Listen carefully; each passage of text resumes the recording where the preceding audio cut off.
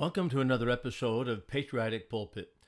I want to take a look at the presumptive presidential nominee of the Democratic Party, and that, of course, is Kamala Harris. And I want to begin with this passage from Ecclesiastes in the Old Testament, chapter 7, verse 26, written by wise King Solomon. I find more bitter than death the woman whose heart is snares and nets, and her hands as bands. That's Ecclesiastes 7 and verse 26. That is, she plays her game to snare souls with art and subtlety. Her hands are like bands, that is, she takes hold of people and people cannot escape. As one secular writer wrote in a play, hell has no fury like a woman scorned. This is exactly the nature of Kamala Harris and her disposition towards America and towards Americans. I have two articles in front of me. One of them is by R. Court Kirkwood, who's a great writer for the New American. Another one is by Selwyn Duke, another writer for the New American. But both of those articles, they bring out certain specifics regarding Kamala's record and her real stance, which is a communistic stance. And we're going to look at that for just a few moments. So this is the first article by Kirkwood, is called "A Mashup of Harris's Far-Left Ideology Goes Viral." He begins, though far-left Democratic presidential candidate and Vice President Kamala Harris is justly famous for the streams of word salad and nonsense that she regularly emits, at times she clearly explains her ideology and delivers bald-faced lies to advance it. Now, some of these remarks and comments are going viral, as did her gibberish earlier this week, fountains of gibberish earlier this week. So let's first of all notice her communistic leanings. Harris's stick sounds as if she lifted it directly from the Communist Manifesto, the playbook of the hard-left, anti-police, open borders advocates. One mashup of her comments has Harris repeatedly suggesting the redistribution of wealth along communistic lines without using those words exactly. As well, some of the redistribution would be racial. Americans must have, she says, a goal of saying everybody should end up in the same place. That's a direct quote that she once said. Quote, and since we didn't start in the same place, some folks might need more equitable distribution. There's a key word, equity. We'll talk about that in just a moment. As well, she said, we must be, quote, giving resources based on equity, understanding that we fight for equality, but we also need to fight for equity, understanding that not everybody starts out at the same place. Continuing, quote, so there is a big difference between equality and equity, she said on another occasion. And then we have a quote. Now, I want to stop right here and notice that she correctly and clearly does set forward, number one, that she is for equity, and that equity and equality are not the same. As a matter of fact, just let's glance at, this is a book by Mike Gonzalez on Black Lives Matter, BLM, The Making of a New Marxist Revolution. What a great book. And Mike Gonzalez points out what is equity in the equity-based politics that is coming out of the left. And he's speaking about a debate that he had on the radio with an African-American studies professor by the name of Robert Patterson from Georgetown. And he said on the radio, every time I told him that President Joe Biden's new push for equity, which is now, he's defining it, a buzzword for unequal treatment of individuals by government in order to attain racial parity. Note that again, a buzzword for unequal treatment of individuals by government in order to attain racial parity. That is, they're championing unequal treatment by government of individuals. That is exactly what equity means. And he goes on to say, he points out that is unconstitutional, obviously so, and it is, of course, immoral and unbiblical, obviously so. Patterson couldn't do the things, and he said that Patterson couldn't do all the things he wanted to do. He bristled. In other words, these liberals, they want equity, that is unequal treatment by government of different people in races. So that's what equity is. Not equality, not treating them same before the law, but equity, that is a communistic concept of forcible redistribution of wealth, redistribution of resources, redistribution of opportunities, redistribution of degrees, jobs, everything. So that's how Kamala Harris points out there's a difference between equity and equality. So she goes on to say, on another occasion, equality suggests that everybody should get the same thing. Well, that often assumes everybody started out of the same place, as opposed to equity, which is everyone should end up in the same place. And if you then understand not everybody started out of the same place, you understand that people need more, so we all will end up in the same place, right? We are proud, she goes on, of the fact that equity is one of our guiding principles. Proud of the fact that we understand equality is important, but not everybody starts out in the same place. Okay, so she repeats herself with another word salad a little bit here, but basically she tells us exactly the case. Equity is not equality, not treating people equally before the law. We don't want equal treatment. We want forcible redistribution along racial lines. That's what equity means. And she is very plain about what she's for. Now, stop and think about this for a moment. Is this anything akin to the Constitution? No. That's why they want to scrap the Constitution. They want to scrap the founding documents of our nation. They want to destroy any concept of equal treatment by the law. Here's Harris on another occasion. We see that people in our country are having an experience that is not equal. So when we talk about the work that we're doing here together, it is recognizing that and being guided by this principle of what we must do in the spirit and in the interest of equity, to put equity firmly at the center of our economic policy. All right.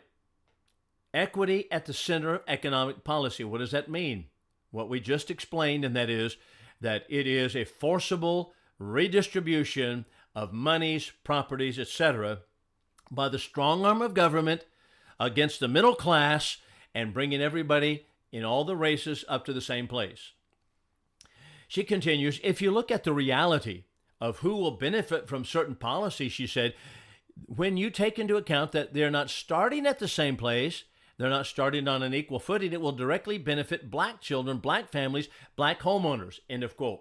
All right, so what is she saying? She is saying that equity is a race-based favoritism by the government, forcible redistribution of properties. This upends the entire constitutional system that we have.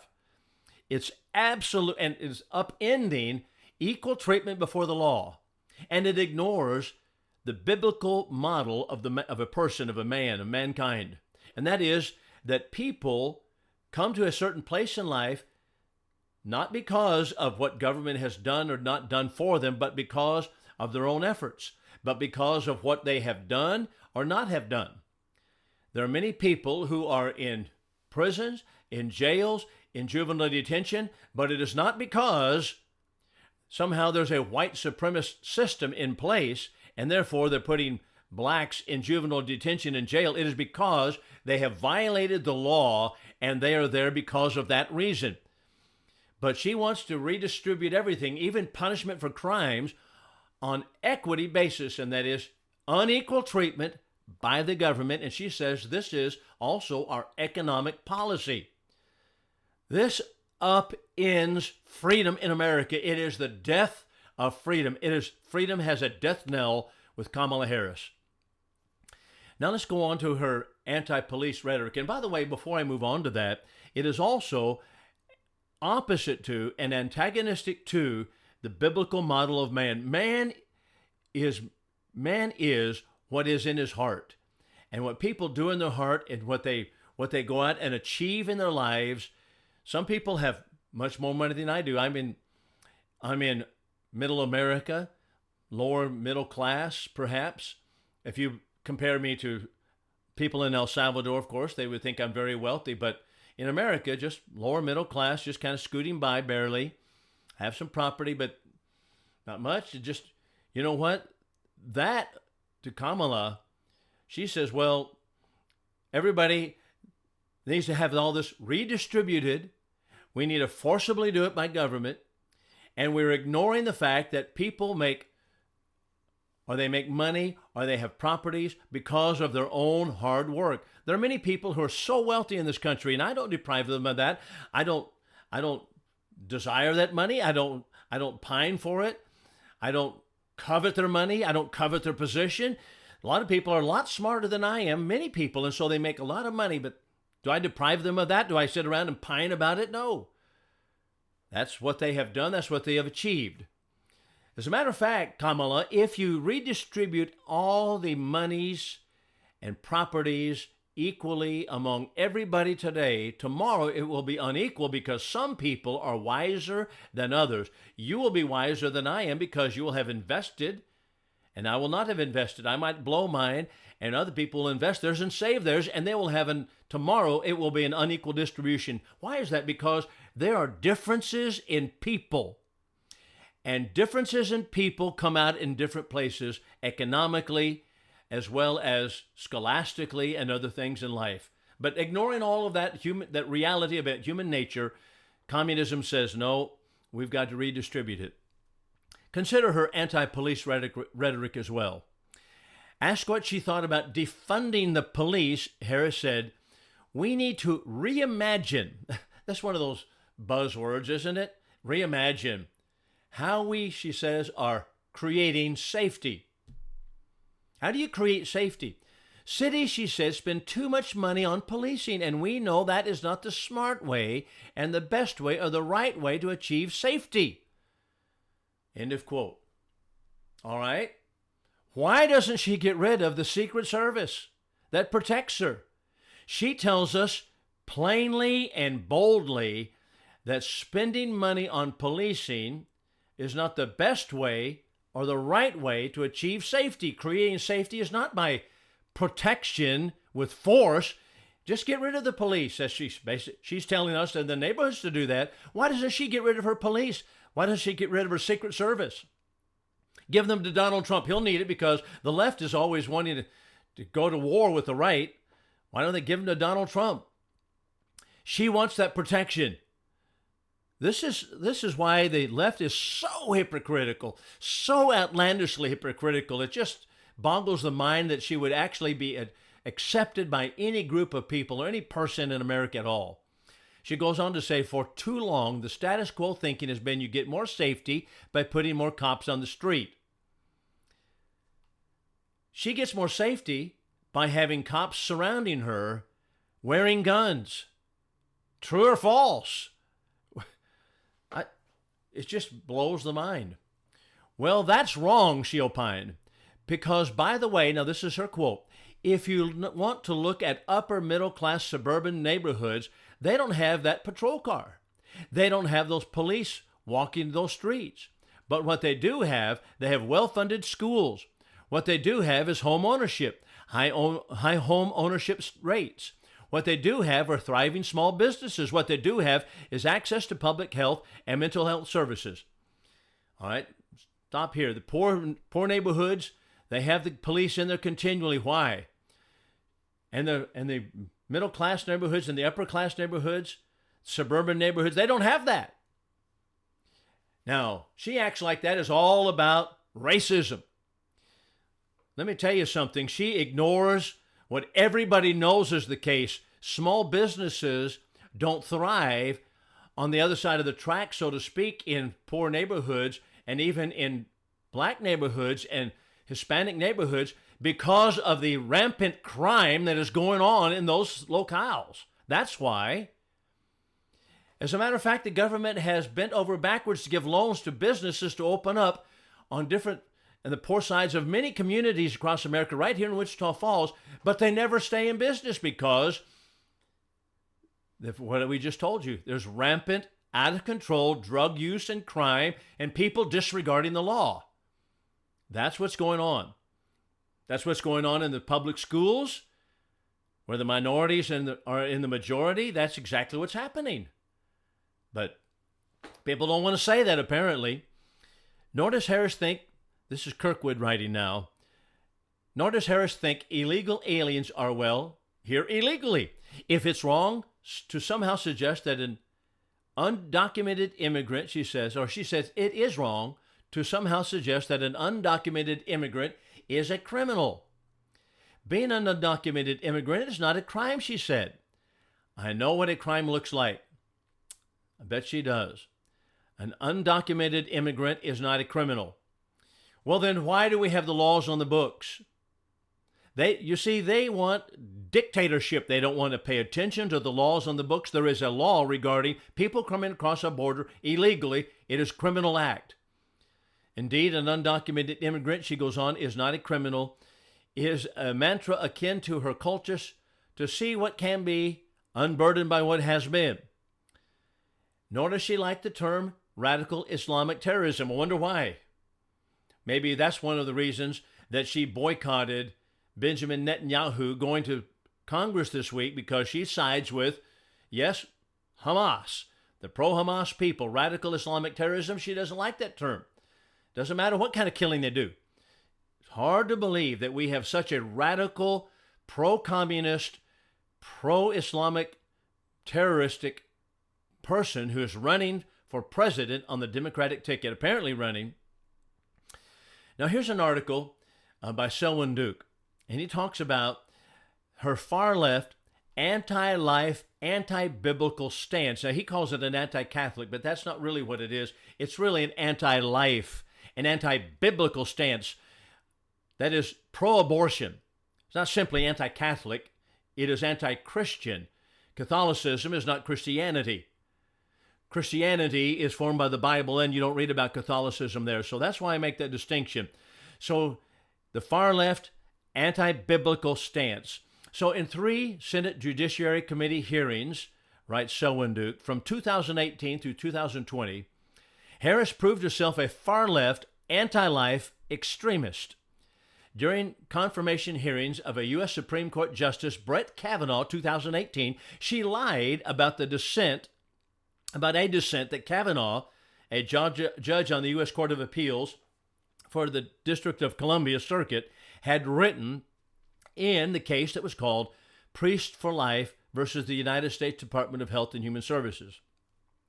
Now, Harris and other Democrats falsely claimed that Kavanaugh wrote his dissenting statement. Harris and other Democrats falsely claimed that Kavanaugh wrote that all contraceptive drugs were abortifacient. In fact, Kavanaugh's dissent merely reprised the arguments of Priest for Life and claimed no such thing. For that whopper, that is, she just lied about what Kavanaugh's dissent had to say. She was inaccurate in it completely, and it was a bald-faced lie. For that whopper, the Washington Post, not a right-wing media outlet, gave her 4 Pinocchios. She also suggested that Kavanaugh was a racist and went along with the lie that he raped feminist crackpot Christine Blasey Ford and was a gang rapist. Later that year, Harris likened Immigration and Customs Enforcement agents, now get this, ICE agents, who deport illegal aliens, to the Ku Klux Klan.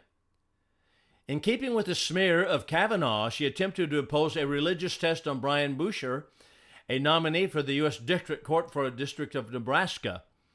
And his moral failing, she didn't want him because he was a member of the Knights of Columbus, a Catholic organization. So she indeed imposed a religious test. She opposed his nomination on the U.S. District Court for the District of Nebraska on the basis that he was a Catholic. Harris hectored Boucher because the Knights were pro-life, against homosexual marriage. And she not so subtly implied that Catholics in general and members of the Knights of Columbus in particular are unable to discharge their duties fairly and should not serve on federal courts. So there you have it with her. Now, this is another article by Selwyn Duke regarding a review of what Tucker Carlson had to say regarding female leaders. And this came out just the other day, and Tucker Carlson, what a great American and great insightful commentator is Tucker Carlson. So Selwyn Duke reviews what Tucker Carlson had to say regarding female leaders being more bloodthirsty than men. And I want to relate it because it applies, of course, in this case, to Kamala Harris. Remember the passage with which we began and that is Ecclesiastes chapter 7 and verse 26, regarding a woman and the fright that we have regarding women. You know, remember Solomon said it this way: I find more bitter than death the woman whose heart is snares and nets, and her hands as bands. That's Ecclesiastes 7 and 26. Well, Kamala Harris has played that part perfectly well. And so let's notice what this article is. Selwyn Duke, Sugar and Spice, ? Tucker Carlson says female leaders are more bloodthirsty than men. Sugar and spice and everything nice. That's what that's what little girls are made of, goes the old romantic period poem. Grown women are characterized differently. The work of female leaders. Poem author Robert Southey didn't tell us about female leaders, but the pundit Tucker Carlson did. In fact, he stated while addressing the notion that women in charge would yield a more peaceful world that the exact opposite appears to be true. Carlson made his comments on his X show Monday during a long conversation with commentator Jack Posobiec. While not the episode's main topic, the subject arose when Posobiec mentioned that Kamala Harris's apologists would use, as they are using, the first female president selling point to deter criticism of her. We're going to hear the chronic propaganda that we've been surrounded by that woman, that women are better than men, blah, blah, blah, that women should be first, that women have all the power in society, Posobiec said. Well, here is the first woman president. How dare you run against the first woman president? And that's how they're packaging Kamala Harris. So Carlson then interjected into that conversation, wondering if that point had become a little stale. He said, we haven't seen big successes from female leaders. And I say that as a lover of women. Where's the evidence for superior female governance? The host later asked. There's this idea that female political leaders will be more conciliatory. There will be more peace. There will be less war. In reality, Carlson said, you've seen exactly the opposite. The Ukraine war was driven by a woman. Actually, Victoria Nuland, the ex-U.S. Undersecretary for Political Affairs. Hillary Clinton is the most bloodthirsty person I've ever seen on the public stage, said Carlson. Now, note here that during a CBS interview years ago, Clinton joked about, just backing this up, about the killing of Libyan leader Muammar Gaddafi and said, we came, we saw, and he died. And then she broke into laughter. Also remember, her administration's Libya intervention was disastrous. So Carlson goes on to talk about Madeleine Albright. The first female Secretary of State was mentioned as well, and Carlson said, I knew her, and he characterized her as a total ghoul and nasty. He proceeded to say that not only is there no evidence of female leader-born peace on earth, but the opposite appears to be true. Posobiec then chimed in, citing a 2019 Becker-Friedman Institute study showing that, as the researchers put it, politics led by queens participated in war more than politics led by kings. Predictably, Tucker Carlson's comments evoked usual criticisms of being bitter and fragile, insecure, misogynistic, hateful, mentally unwell, and in need of therapy. But the one thing that was not said, and that is, he was wrong. Now, ladies and gentlemen, what I'm saying is exactly this applies to Kamala Harris. This is exactly what we have. We have a woman who wants abortion to the very time that a woman delivers, a bloodthirsty, lying woman who is more communistic than she is anything else. As a matter of fact, you can find her planks of her platform written right in the Communist Manifesto, written by Karl Marx right here. You can find it right here.